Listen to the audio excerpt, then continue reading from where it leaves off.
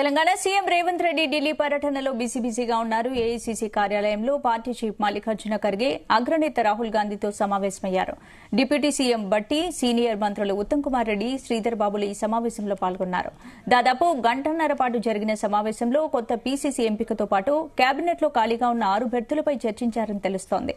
మహేష్ కుమార్ గౌడ్, మదియాష్కి గౌడ్లో ఒకరికి PCC chief పదవి ఇవ్వాలని దాదాపుగా నిర్ణయించారని తెలుస్తోంది. లంబాడీలకు మంత్రి పదవి ఇవ్వాలని హైకమాండ్ సూచించిందని సమాచారం. దేవరకొండ ఎమ్మెల్యే బాలునాయక్ ఛాన్స్ ఇవ్వనున్నారని సమాచారం. ఇక బాలునాయక్ రేసులోకి రావడంతో ఉమ్మడి నల్గొండ జిల్లాకు చెందిన ఎమ్మెల్యే కోమటిరెడ్డి రాజగోపాల్ రెడ్డికి కేబినెట్లో అవకాశాలు లేనట్టేనని టాక్ నడుస్తోంది.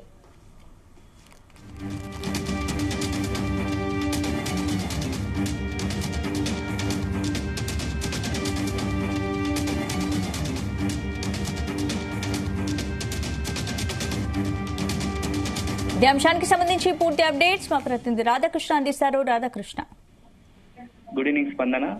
ఢిల్లీలో తెలంగాణ సీఎం రేవంత్ రెడ్డి పర్యటన బిజీగా కొనసాగుతుంది. ముఖ్యంగా మంత్రివర్గ విస్తరణ, అలాగే పార్టీ కొత్తగా ఎన్నికై పీసీసీ చీఫ్ అధ్యక్షుడి నియామకంలో కాంగ్రెస్ పెద్దలతో భేటీ కొనసాగిస్తున్నారు. సుమారు గంటల తరబడి 2 గంటలుగా అధిష్టాన పెద్దలతో చర్చలు జరిపారు. దీంట్లో ముఖ్యంగా తదుపరి పీసీసీ ఎవరు, పీసీసీ అధ్యక్షుడిగా ఉన్నాడు, తన హయాంలోనే ఎన్నికలు జరిగాయి, విజయం సాధించారు. సో తదుపరి నెక్స్ట్ ఎవరు పీసీసీ అధ్యక్షుడు ఎన్నికవాలని గత 1-2 నెలలుగా దీనిపైన పెద్ద కసరత్తు చేస్తా ఉంది. దాంట్లో భాగంగా ప్రస్తుతం మహేష్ కుమార్ గౌడ్ పేరు వినబడతా ఉంది. అయితే బీసీ వర్గానికి చెందిన వ్యక్తికే పీసీసీ అధ్యక్షుడి పదవి ఇవ్వాలని అధిష్టానం భావిస్తోంది. అందులో భాగంగా మహేష్ కుమార్ గౌడ్, మరోవైపు మధుయాష్కి గౌడ్ మరో సీనియర్ నేత మధుయాష్కి గౌడ్ ఇద్దరి మధ్య తీవ్ర పోటీ నెలకొంది. మహేష్ కుమార్ గౌడ్ కు ఇటు సీఎం రేవంత్ రెడ్డితో పాటు కొంతమంది సీనియర్ల నుంచి మంచి మద్దతు లభిస్తోంది. అదే అధిష్టానం కూడా మహేష్ కుమార్ గౌడ్ ని పార్టీకి సంబంధించి పీసీసీ అధ్యక్షుడిగా నియమించాలని అనుకుంటుంది. దానికి కూడా కారణం చూపిస్తున్నారు. ఎందుకంటే రేవంత్ రెడ్డికి అనుకూలంగా ఉన్న వ్యక్తి పీసీసీ అధ్యక్షుడు అయితే ఇటు పార్టీ పదవి 2 కూడా ప్రభుత్వంలో అధికారం ఉంది కాబట్టి ప్రభుత్వము పార్టీ 2 కలిపి కూడా కాంగ్రెస్ పార్టీకి మరింత లాభదాయకంగా ఉంటుంది. ఇటు జనాలకు మరింత ఈజీగా వెళ్లే అవకాశం ఉంటది. పార్టీలో ఎలాంటి స్టెప్ లేకుండా ఉంటుందనే ఉద్దేశంతో రేవంత్ సూచించిన వ్యక్తికే పీసీసీ అధ్యక్షుడు ఇవ్వాలని అధిష్టానం భావిస్తున్నట్టు తెలుస్తుంది. అదే వైపు ఇదే సందర్భంలో మరో సీనియర్ నేత మధుయాష్కి గౌడ్ కూడా పీసీసీ అధ్యక్షుడు రేస్ లో ఉంటున్నాడు. తనకు ఎందుకంటే వ్యక్తిగతంగా రాహుల్ గాంధీకి చాలా దగ్గర వ్యక్తి, మంచి సంబంధాలు కలిగిన వ్యక్తి. ఈ సన్నిహిత సంబంధాలతోనే తను కూడా పీసీసీ రేస్ లో ఉన్నాను, తన పేరు కూడా అధిష్టానం పరిశీలిస్తుంది, తన పేరు కూడా ప్రకటించే అవకాశం లేకపోలేదని మధుయాష్కి గౌడ్ సంబంధించిన వ్యక్తులు కానీ మధుయాష్కి గౌడ్ కూడా చెప్తున్నారు. సో ఏదైనా ఈ పీసీసీ అధ్యక్షుడికి సంబంధించి ఈ 1-2 రోజుల్లో ఒక అధికారిక ప్రకటన రావచ్చని తెలుస్తోంది. ఒకవైపు రేవంత్ రెడ్డి, అదే మరోవైపు కొత్తగా తాను పీసీసీ అధ్యక్షుడు కావాలనుకున్న మధుయాష్కి గౌడ్, మరికొంతమంది నేతలు కూడా ప్రయత్నాలు కొనసాగిస్తున్నారు. ఇప్పుడు మరోవైపు ఏంటంటే ఇది కాకుండా ఒకవైపు పీసీసీ అధ్యక్షుడు సందర్భం చర్చలు కొనసాగిస్తుండగానే మంత్రివర్గం పైన కూడా చర్చలు జరుగుతున్నాయి. కొద్ది రోజుల క్రితమే మంత్రివర్గ విస్తరణ చేపట్టే అవకాశం ఉండే, కానీ కొద్ది కారణాలతో, సాంకేతిక కారణాలతో వాయిదా పడింది. ఇప్పుడు శ్రావణ మాసం మంచి రోజులు ఉన్నాయి, ఈ తొందరలోనే మంత్రివర్గ విస్తరణ చేయాలని ఇటు రేవంత్ రెడ్డి కానీ పార్టీ నుంచి కానీ ఢిల్లీ అధిష్టానంపై కొద్దిగా ఒత్తిడి తీసుకొస్తున్నారు.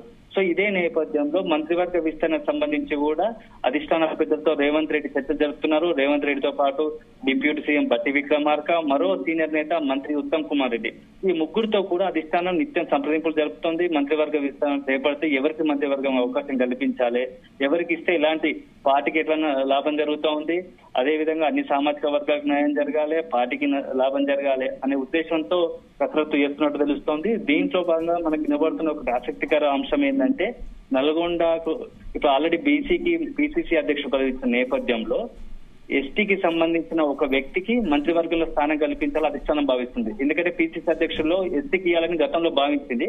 సో అది ఇవ్వలేనందు కారణంగా ఎస్టీకి సంబంధించి మంత్రి పదవి అవకాశం కల్పిస్తే బాగుంటుందని తెలుస్తుంది. దీంట్లో భాగంగా నల్గొండ జిల్లాకు సంబంధించిన ఉమ్మడి నల్గొండ జిల్లాకు సంబంధించిన బాలు నాయక్ పేరు తెరపైకి వచ్చింది. ఈ బాలు నాయక్ తెరపైకి రావడంతో కొద్దిగా ఆసక్తిగా మొత్తం కాంగ్రెస్ రాజకీయాలు కూడా కొద్దిగా ఆసక్తిగా మారినాయి. ఇప్పటికే ఉమ్మడి నల్గొండ జిల్లాకు సంబంధించి 2 మంత్రులు మంత్రివర్గంలో ఉన్నారు. ఒకవైపు ఉత్తమ్ కుమార్ రెడ్డి, మరో సీనియర్ నేత కొమరెడ్డి రాజు.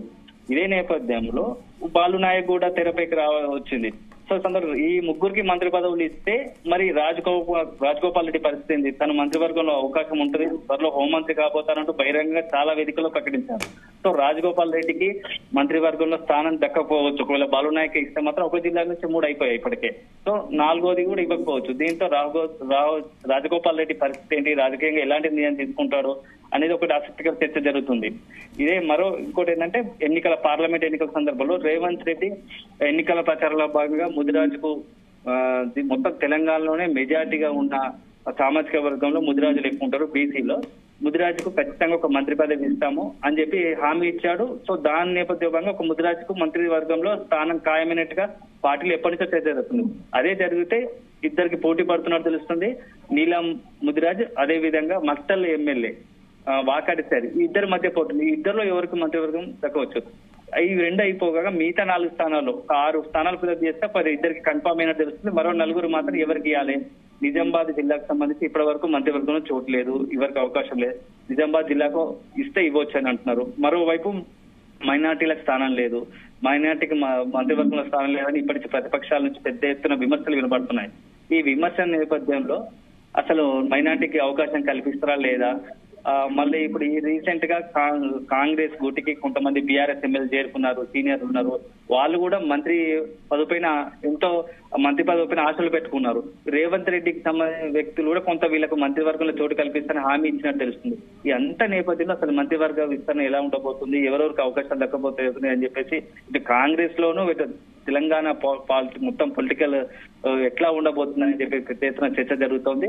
ఏది ఏమైనా ఈ వారం 10 రోజుల్లో ఇటు ఒక పిసిసి అధ్యక్షుడు నియామకం కావచ్చు, అదే మంత్రివర్గం విస్తరణ సంబంధించి ఒక స్పష్టత వచ్చే అవకాశం ఉన్నట్టుగా తెలుస్తోంది.